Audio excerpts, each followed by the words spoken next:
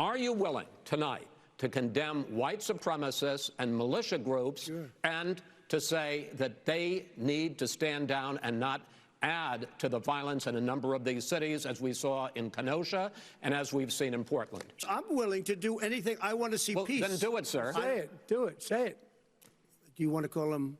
What do you want to call them? Give me a name. Give me a white name. Supremacists and white supremacists. Like me to condemn? White supremacists and right Proud Boys, stand back and stand by. But I'll tell you what. Somebody's got to do something about Antifa and the left, because this is not a right-wing problem. Wow. There you have it, folks. Trump had an opportunity to be like, white supremacists, I don't with you. Instead, he's like, stand by, guys. I never know when I'm gonna need you. Telling white supremacists to stand down and telling them to stand by are not the same thing, right? That one little word makes a huge difference. Like the difference between a blowout and a blowjob. Do not ask for the wrong one at Supercuts. Again, to the staff at Supercuts, I apologize. I hadn't slept and I didn't read the menu properly.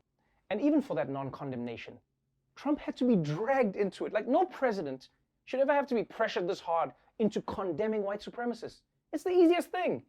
Trump did it so grudgingly. He was like one of those guys who refuses to make real apologies. What, I'm supposed to apologize for tailgating at your dad's funeral? Fine, I'm sorry. I'm sorry that you're unable to have a good time. Some of us are still living. And by the way, you know that you've truly botched your condemnation of a hate group when that hate group says, thank you for the endorsement. The Proud Boys, a far-right extremist group, immediately celebrating the president's comments on social media. They went nuts on social media celebrating. They put out those words as a rallying cry. Stand back, stand by. Within minutes, the group's members were posting on private social media calling Trump's comments, quote, historic. The New York Times reports that some group members labeled it as a tacit endorsement of their violent tactics, while another posted the group was already seeing a spike in new recruits. Yes, thanks to Donald Trump's failed condemnation, this hate group is now seeing an increase in recruits. Which means in the history of television, that might be one of the worst answers ever given. And that's coming from someone who once guessed the number 7 on Wheel of Fortune. I didn't know it had to be letters. That was just like, I was new to America. The Proud Boys liked Donald Trump's answer so much that they're even adopting it as their new slogan. And that actually might piss off Trump, because the one thing he definitely believes in is getting royalties. Whoa. Nobody should be advocating the supremacy of the white man without giving Donnie his cut. I'd be careful if I were the Proud Boys, though.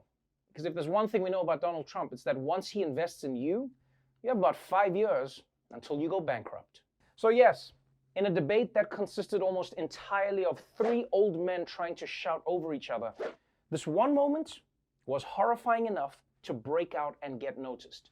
And you know it's bad when even Trump's own supporters are left saying, you done f***ed up. The president, well, he would not condemn white supremacists. I agree that the president made a bad error, and I think that was a huge gaffe. He was kind of like playing around. I didn't like that he equivocated when he could have slam dunked that. I think he misspoke. I think he should correct it. If he doesn't correct it, I guess he didn't misspeak. Donald Trump blew the biggest layup in the history of debates by saying not condemning white supremacists. I don't know if he didn't hear it, but he's got to clarify that right away. That's like, are you against evil? Why the president didn't just knock that out of the park, I'm not sure. By the way, did you notice that even when Fox people acknowledge Trump did something really bad, they still give him the benefit of the doubt? I wish I had friends that were that loyal. You know, if I shat my pants in public, none of my friends would be like, Trevor didn't shit himself, his butt misspoke.